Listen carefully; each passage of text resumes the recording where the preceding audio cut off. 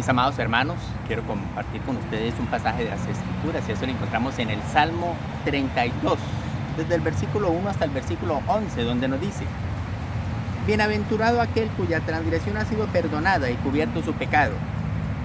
Bienaventurado el hombre a quien Jehová no culpa de iniquidad y en cuyo espíritu no hay engaño. Mientras callé, se envejecieron mis huesos en mi gemir todo el día, porque de día y de noche se agravó sobre mí su mano, se volvió mi verdor en sequedades de verano. Este salmo que habla sobre la dicha del perdón, el rey David está hablando sobre la bienaventuranza en aquel hombre que tiene sus pecados perdonados. Dice en el versículo 1, bienaventurado el varón cuyos pecados son perdonados y cuya iniquidad ha sido quitada. Es una dicha para aquel hombre, cuando se presente delante de Dios, puede ser presentado como una persona limpia. Esa es la dicha del perdón, la dicha que tiene aquella persona que ha sido redimida por la sangre del Cordero, que no puede ser señalada como pecadora, precisamente porque ya hubo alguien que pagó esa deuda.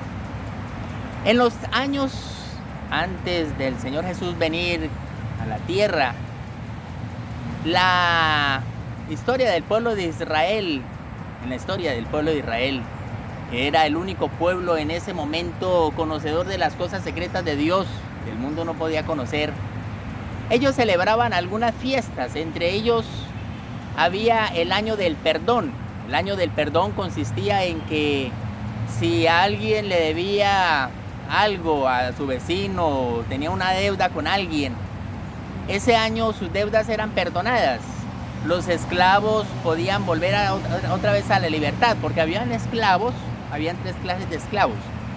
Habían esclavos que habían sido tomados precisamente para el servicio de la casa, como el caso de Agar, por ejemplo, la sierva de Sara. También habían esclavos que eran tomados de las guerras y producto de esas guerras entonces los tomaban cautivos y quedaban esclavizados en el pueblo de Israel. Pero había otra clase de esclavos. Dentro de los mismos judíos habían personas que, como no podían pagar la deuda, ellos tenían que presentarse ellos a sí mismos como parte de esa deuda. A veces se entregaban también su esposa y sus hijos, era tremendo. Pero cada 50 años, que era el año del perdón, en ese año eran libres cada uno. Cada uno volvía otra vez a su libertad porque la deuda había sido paga. Era el año del jubileo, era cada 50 años.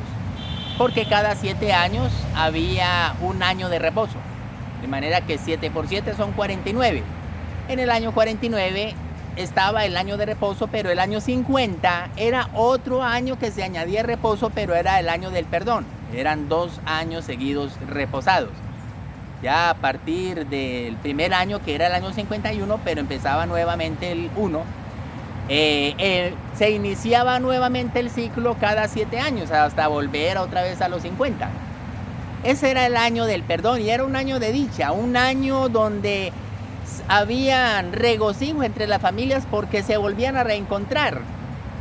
El hombre, cuando quedó separado de Dios por causa del pecado y a causa de esa deuda que era impagable y que todavía es impagable, aún todavía está enemistado con Dios.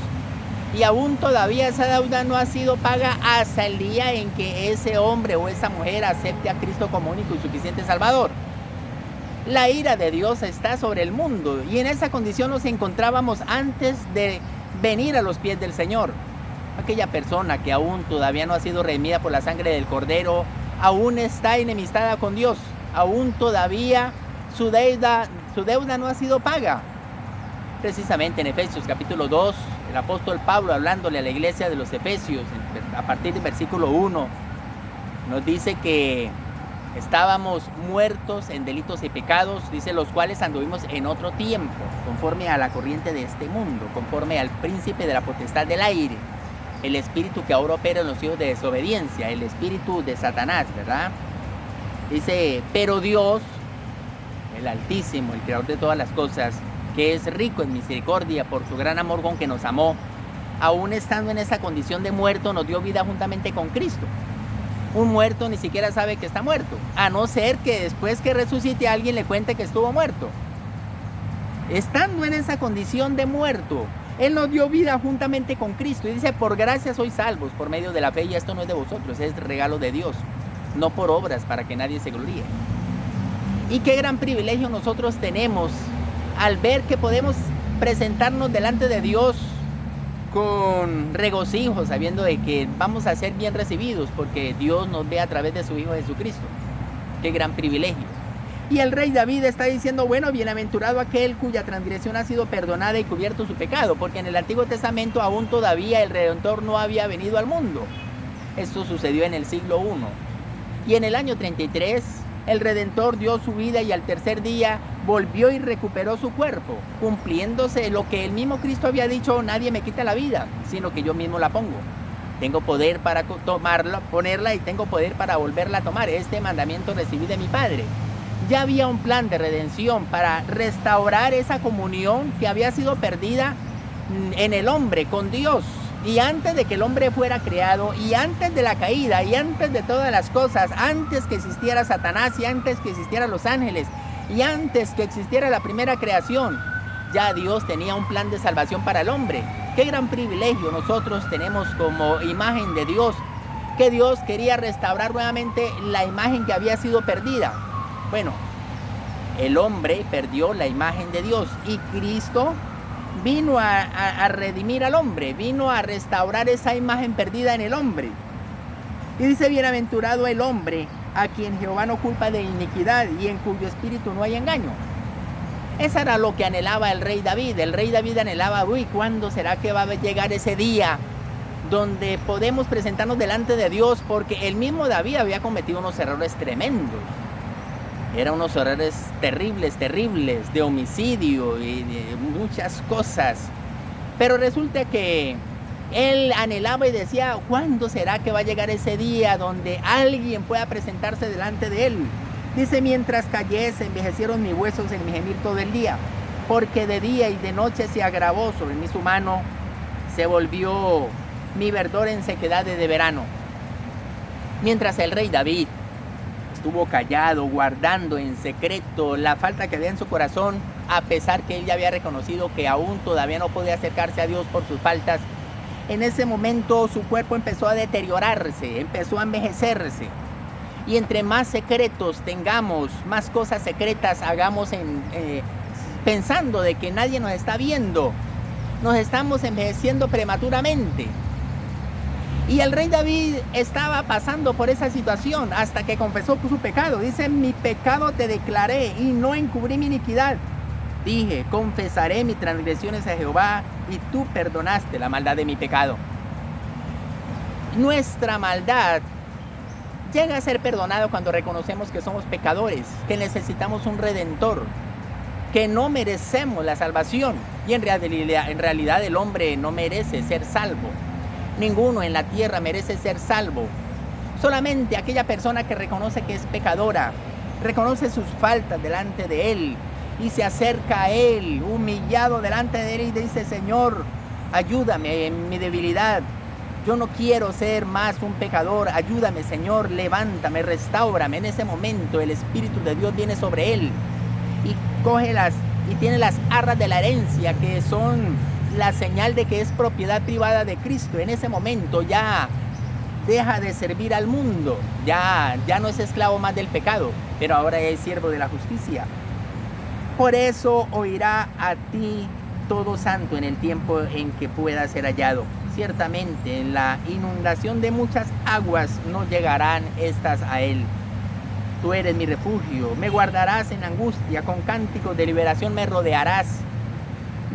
Te haré entender y te enseñaré el camino en que debes andar. Sobre ti fijaré mis ojos. No seas como el caballo o como el mulo sin entendimiento, que han de ser sujetados con cabestro y con freno, porque si no, no se acercan a ti. Muchos dolores habrán para el impío, mas el que espera en Jehová le rodeará la misericordia. Alegraos en Jehová y gozaos juntos, y cantad con júbilos todos vosotros los rectos de corazón. Este consejo que estaba dando el rey David a aquellas personas que no quieren acercarse a Dios, dice, no seas como el mulo, sin entendimiento. Hay un proverbio Algunas personas se ofenden al oírlo, pero es una gran realidad. Dice el necio en su corazón, no hay Dios. Se entenebreció su corazón y su necio corazón fue entenebrecido. El hombre que no quiere reconocer que hay un Dios que está por encima de todas las cosas y que niega la existencia de Dios es la persona más necia que pueda existir en esta tierra. La mejor manera en que nosotros podemos mostrar algo de sabiduría es cuando reconocemos que hay un Dios sobre todas las cosas y que a Él debemos confesar nuestros pecados. Él está dispuesto con los brazos abiertos a perdonarte si reconoces que necesitas un redentor. Amigo que me escuchas, ¿te gustaría estar dentro de esa bienaventuranza que el rey David anhelaba? Bienaventurado el varón cuyas iniquidades son perdonadas y cubierto su pecado. ¿Te gustaría estar en esa gran bendición, amado amigo? Si este mensaje ha sido de bendición para tu vida, mi estimado amigo, te invitamos a que te suscribas a nuestro canal de YouTube, Wilder Arce Camacho, y activa la campanita para que cuando se suba uno de nuestros videos, sea el primero en verlo. Dios te bendiga.